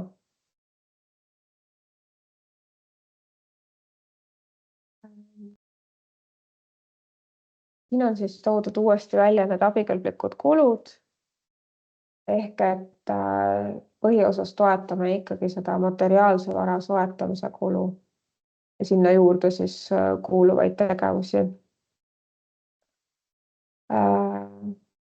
Ja mingites punktides siis ka immateriaalse vara soetamise kulu. Ja sellest abi puudumisest Silver juba ka rääkis meile. Kulud peavad olema kooskõlas toetuse andmistingimustega, need peavad olema vajalikud ja tekkima toetavate tegevuse käigus. Peab olema just vajalik projekti tulemuste saavutamiseks. Ja ülejäänud kulud siis, mis võib-olla ei ole abikõlblikud, aga on vaja konkreetse projekti tegevuse saavutamiseks teha, siis need tuleb ka ära näidata, et selleks on siis ka see finantsanalüüsi tabelis saab seda näidata ja seal lahti kirjutada siis projekti plaani juures.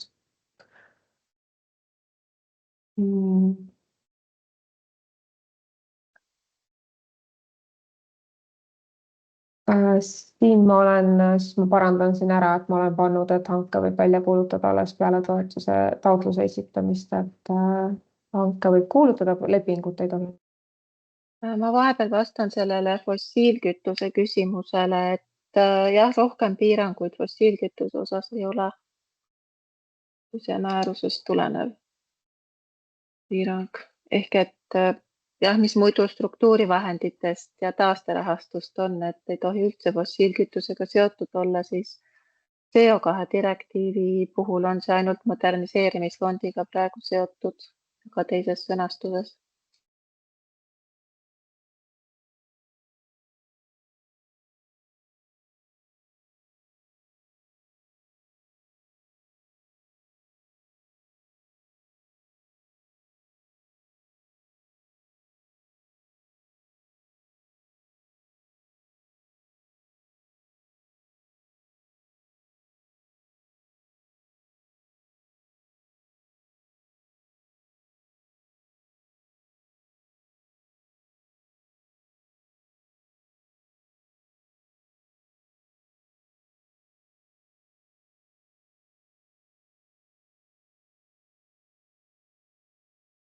Monika, kas sa vastasid sellele viimasele, eks ju?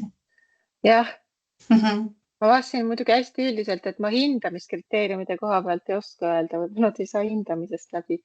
No kui nad vähendavad piisavas mahus, siis jah, siis saavad, et selles mõttes praegu piirang on tõesti seatud ainult konkreetselt siis selle CO2 püüdmise osas, et seal ei tohi olla fossiilseid ressursse, millest püütakse. Aga teiste puhul ja muude tegevuste puhul otseselt nagu seda mitte taastuva ressursi tooraine kasutamist piiratud ei ole. Aga jah, seal ongi põhiline on see, et tekib kasvuhoonegaasside heite vähenemine. Et siin on nüüd see, ma tõin välja selle toetuse andmise tingimuse paragrahv 13 nõuded taotlusele ja üritasin panna juurde siia lisada, et kus ta siis e-toetuste keskkonnas, kuhu neid lisada. Et vahel tekivad ikka küsimused, et kus, mis täpselt, et või kuidas ta kajastada, et võib alati üle küsida, et üldjoontes peaks olema kõik sinna lisatav ja eriti siis saab põhiosa sisu teema, projektiplaanid, kõik need lisad, tõendavad dokumendid saab panna sisulehele. Et seal on lisade lahter, et sinna võib lisada kõik siis sellised toetavad lisad.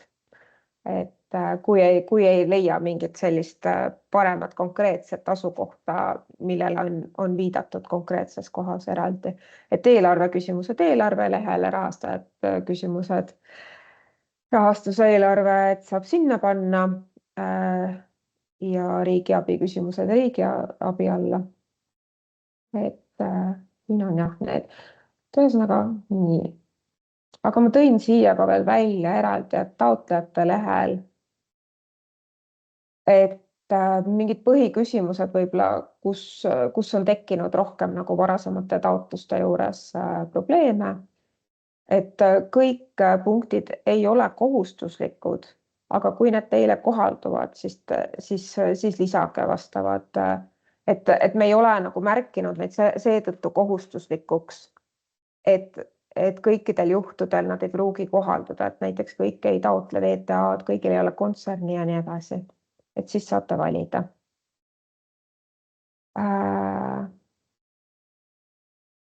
Üldandmete lehel saame siis siin, saad edasi klikkida palun selle taotlejate lehe. Veel võid panna, jah.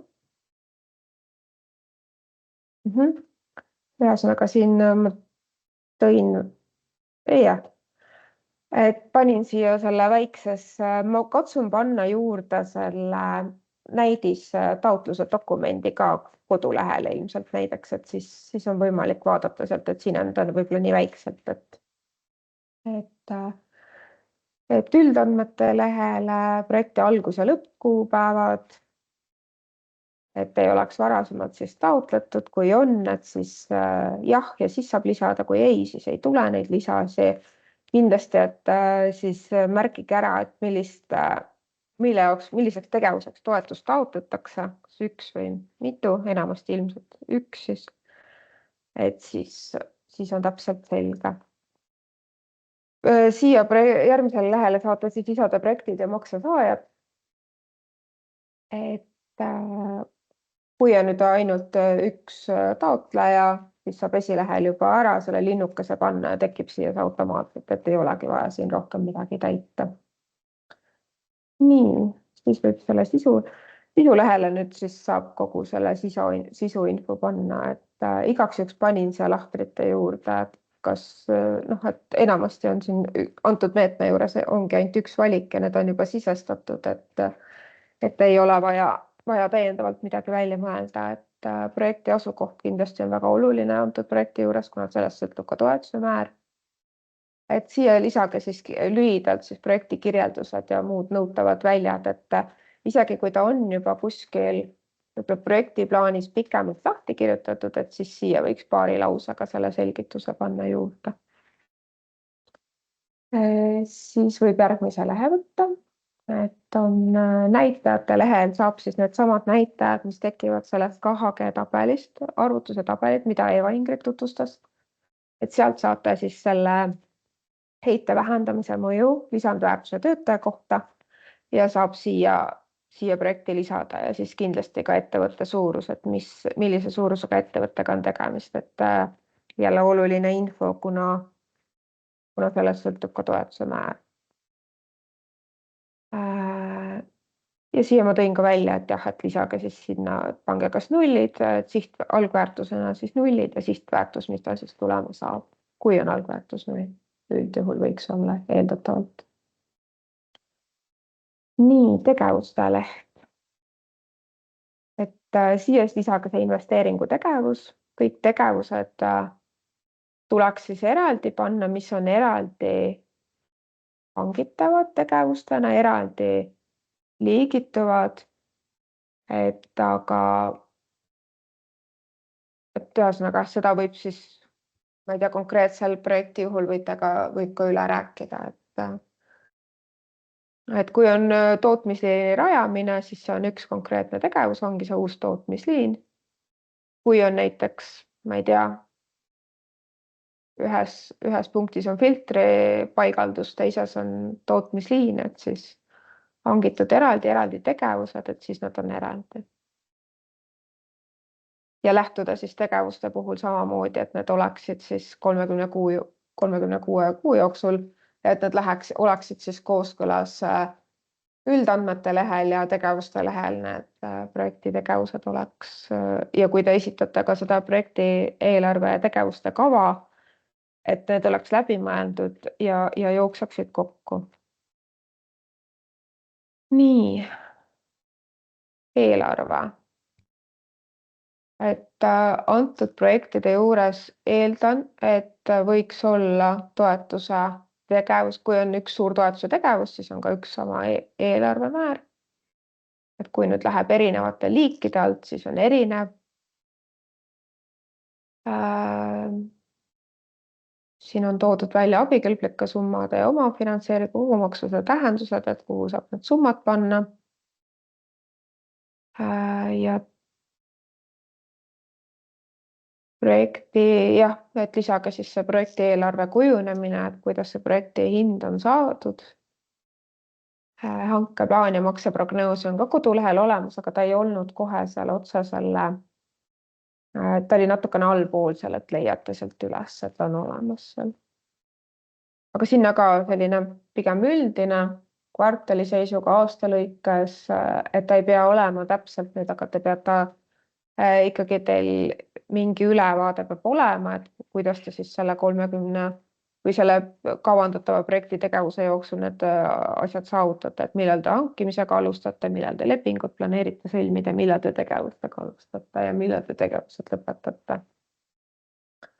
Nii, võib vist edasi. Nii, rahastajad. Siin täiendavalt väga ei ole muud lisada, kui saab panna selle, et kinnitate siis oma finantseeringu olemasolu ja kui on krediidikomitee otsused või muud pangalaenu lisad või muud lisad, et siis saab siia need lisada. PTA lehele saab lisada vastavalt siis sellele projekti tegevusele ja vastavale abiliigile lisada toetuse. abiliigi ja siis see läheb riigiabi registrisse.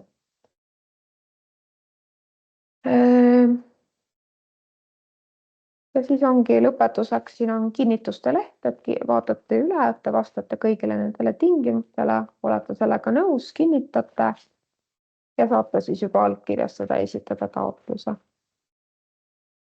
Et jah. Ja siin ma tõin välja nüüd veel mõned küsimused, et mis varasemalt siin olid, et mis võib-olla puudutavad rohkemat, aga need on vist juba, mulle tundub, et need käisid siin kõik ka juba läbi.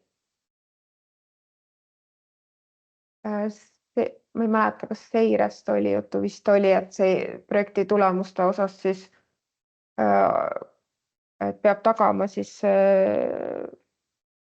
3 aasta jooksul väike- ja keskmised ettevõtted ja 5 aasta jooksul suurettevõtted projekti tegevused ja tulemused ja esitama need siis. Et neid me kontrollime. Ja kui KHG ei vähene näiteks projekti tulemuselt, siis tegelikult justkui ei ole projekti eesmärgid täidetud, et siis hakkab nagu see punkt mängima, et projekti tulemused eesmärk peab olema saavutatavad, et seda te ju praegu projektiga näitategi, et millised teie eesmärgid on, kuidas need saavutatakse, et kui neid ei saavutata, et siis tuleb hakata juba vaatama seda poolt.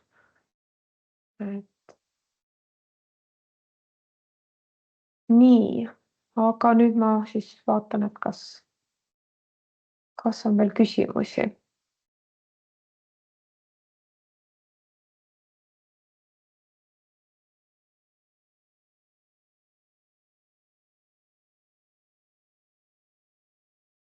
Viimane küsimus, praegu Kätlin vastas ka sellele, et kas on kohustus tagastada, et jah, KIK-il tekib nii-öelda kohustus tagasi nõuda, kui eesmärke ei täideta, aga põhimõtteliselt praegu nii näitajate puhul kui ka tulemuste puhul me siis arvestame seda 5 aasta keskmist peale projekti lõppu. Et kui teil esimese aastal kohe ei tule seda kasvuhoonegaaside heidet lubatud määral täis, aga te 5 aasta keskmisena selle saavutate, siis ma arvan, et ei ole põhjust muretsemiseks.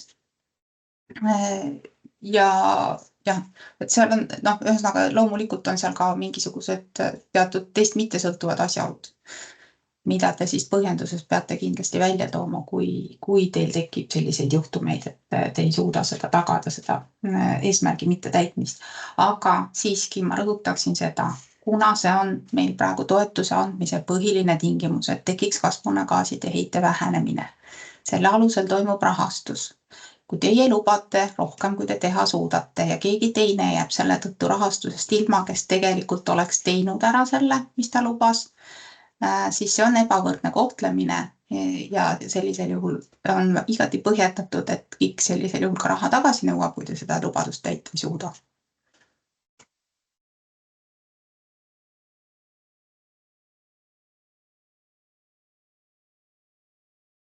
Nii, kas meil on veel küsimusi? Ma kuulen, aga ma vist... See kaamera jah, otsustas, et ta ei taha täna siia. Nii, aga ma panin selle kinni, et äkki, kas praegu on kuulda, jah? Ja. Et ühesõnaga, ma ei tea, kui on veel küsimusi. Võib-olla selle sama küsimusega seoses, et KIK teostab järelearuandlust 5 aasta jooksul peale projekti lõppu. Kindlasti küsitakse teil järelearuandlust 1. ja 5. aastal peale projekti lõppu. Selle sama arvutusfaili alusel, mida te täidate taotlemisel, põhimõtteliselt saate esitada ka järelearuandluse. Sealt on näha siis tegelikult tulemused, mida te saavutanud olete. Ja 5. aastal siis kõigi 5 aasta kohta küsitakse see järelearuandlus. Ja kui on põhjendatud vajadus, siis me küsime ka vahepealsel perioodil järelearuandlust.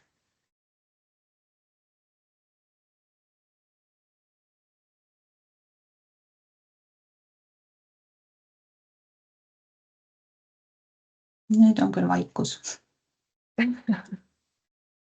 Et ja kui veel tekib siin täiendavaid küsimusi võib-olla mõne päeva jooksul või nädala jooksul või hakkate seda taotlust kokku panema, et siis kindlasti andke märku, et siis vastame, proovime ära vastata ja paneme siis jooksvalt, ma siis katsun ka täiendada ka kodulehte, kui on mingeid arusaamise või tekib tõesti korduvaid küsimusi, et siis ma panen need korduvate küsimuste alla sinna, et võib vahepeal kodulehekülge ka piiluda, et äkki on tekkinud mingit uuemat infot. Nii, mida täpsemalt on mõeldud artikkel 36 1a-l? Jaanika, kas sa tahad? Silver vastab pigem küsimustele. Silver, oled sa olemas veel? Jaa, ma olen olemas. Üks hetk, ma võtan selle sätte kohe ette.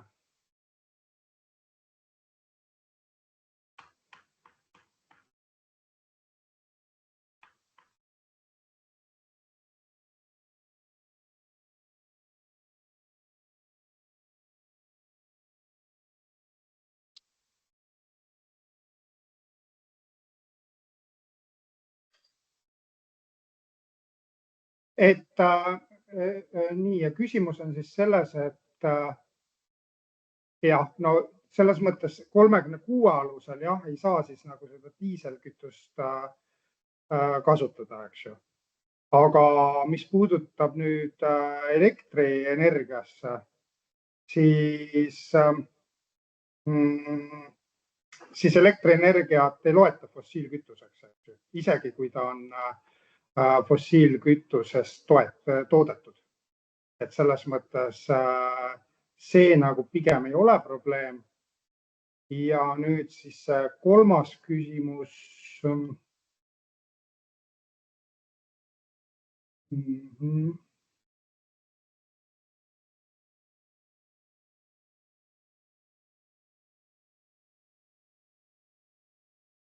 No ma arvan jah, et see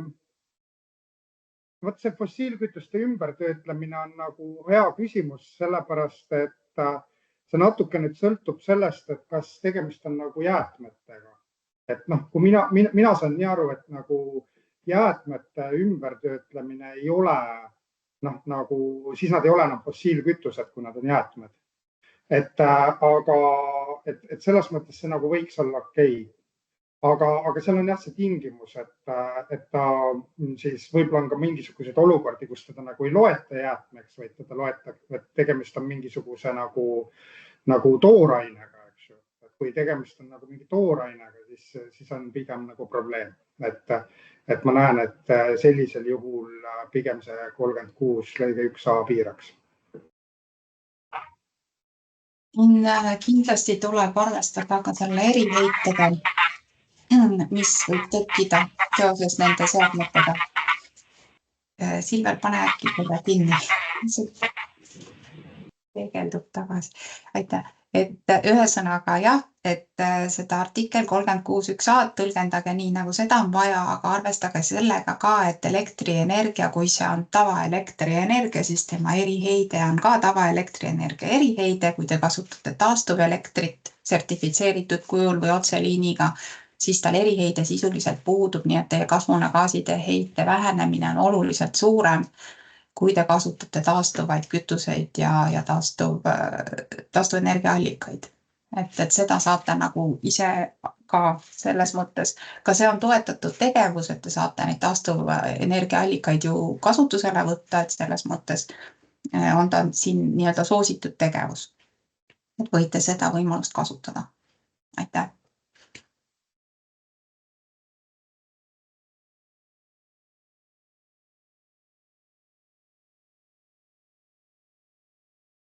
Nii, Liia küsimusele me tegelikult oleme siin nüüd ka vastanud, aga ma siis kordan üle, et seda kasvuhoonegaaside heite vähenemise arvutuses otseselt ei võeta arvesse seda, mis juhtuks selle toormega siis, kui ta ei oleks teie projektis kasutusel. Et seda, et ta läheks põletusse ja sellest tekiks heide, ei saa arvesse võtta. Küll aga kui tegemist on jäätmega, sest ta läheks ju põletusse ilmselt, siis saate te eriheite arvutusel seda arvesse võtta, et tegemist on jäätmega, jäätmete eriheited üldiselt on väga väikesed. kuna nende heide on juba nii-öelda selle põhitoote tootmise puhul arvesse võetud, siis tekkiva jäätme puhul seda enam uuesti topelt arvesse võtma ei pea. Et jäätmete puhul siis tuleb eriheitena arvesse võtta siis nende transpordi ja töötlemisega tekkivad heited põhimõtteliselt ja ongi kõik.